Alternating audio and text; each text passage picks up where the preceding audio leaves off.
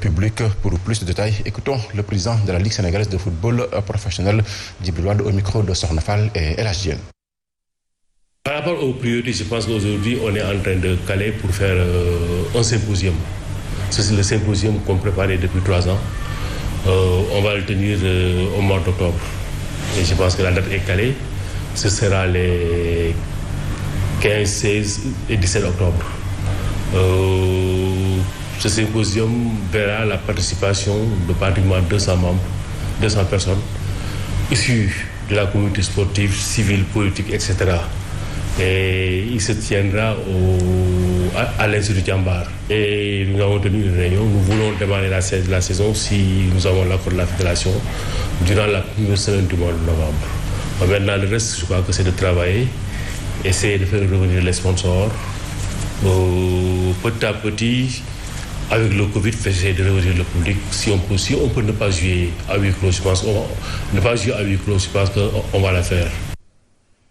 Est récemment porté à la tête de la Ligue sénégalaise de football professionnel, Djibril Wade veut rendre beaucoup plus attractif le championnat local, mais aussi permettre au club de s'en sortir économiquement. À ce titre, il annonce qu'il a l'accord des Lions de 2002 pour soutenir le football local. Suivons toujours sa réaction.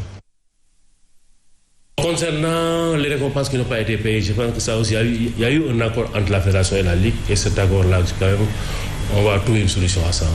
Attendons quand même les premières réunions fédérale et ensuite le démarrage de la Ligue pour trouver une solution à ça.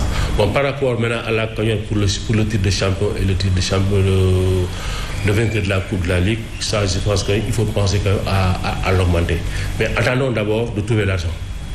Ne promettons pas avant de trouver de l'argent. Mais ce qui est sûr, nous allons nous battre pour avoir cet argent-là.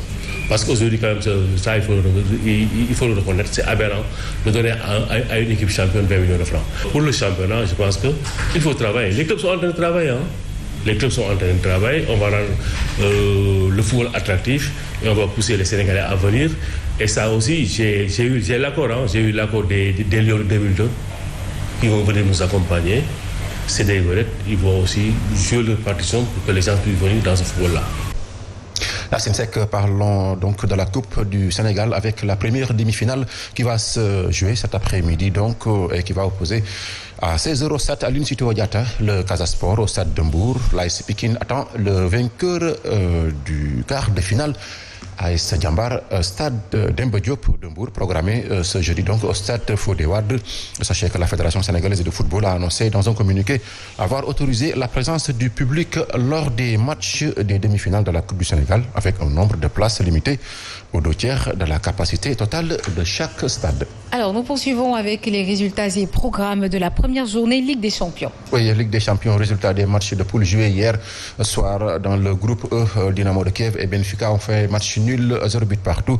L'FC Barcelone a été battu à domicile par le Bayern Munich sur le score de 3-0. Et dans le groupe F, Young Boys Bern qui bat Manchester United 2-1.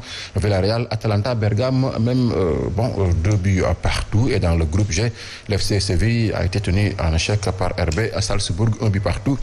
Lille, Wolfsburg ont fait match nul, 0 but partout. Et dans le groupe H, Malmö a été battu par la Juve sur le score de 3-0. Chelsea, le tenant du titre, a battu Zenit Saint-Pétersbourg. La suite donc de la première journée de la phase de poule de la Ligue des Champions. Ce soir, dans le groupe A, à 19h, on aura Club Bruges contre le Paris Saint-Germain de Idrissa Gana Gueye. Et à la même heure, Manchester City qui reçoit RB Leipzig. Et dans le groupe B, à 19h, Atlético Madrid va jouer contre l'FC Porto.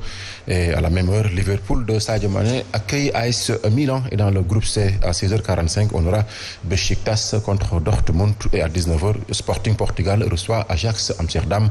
Et dans le groupe D, à 16h45, Sheriff Tiraspol reçoit Shakhtar Donetsk.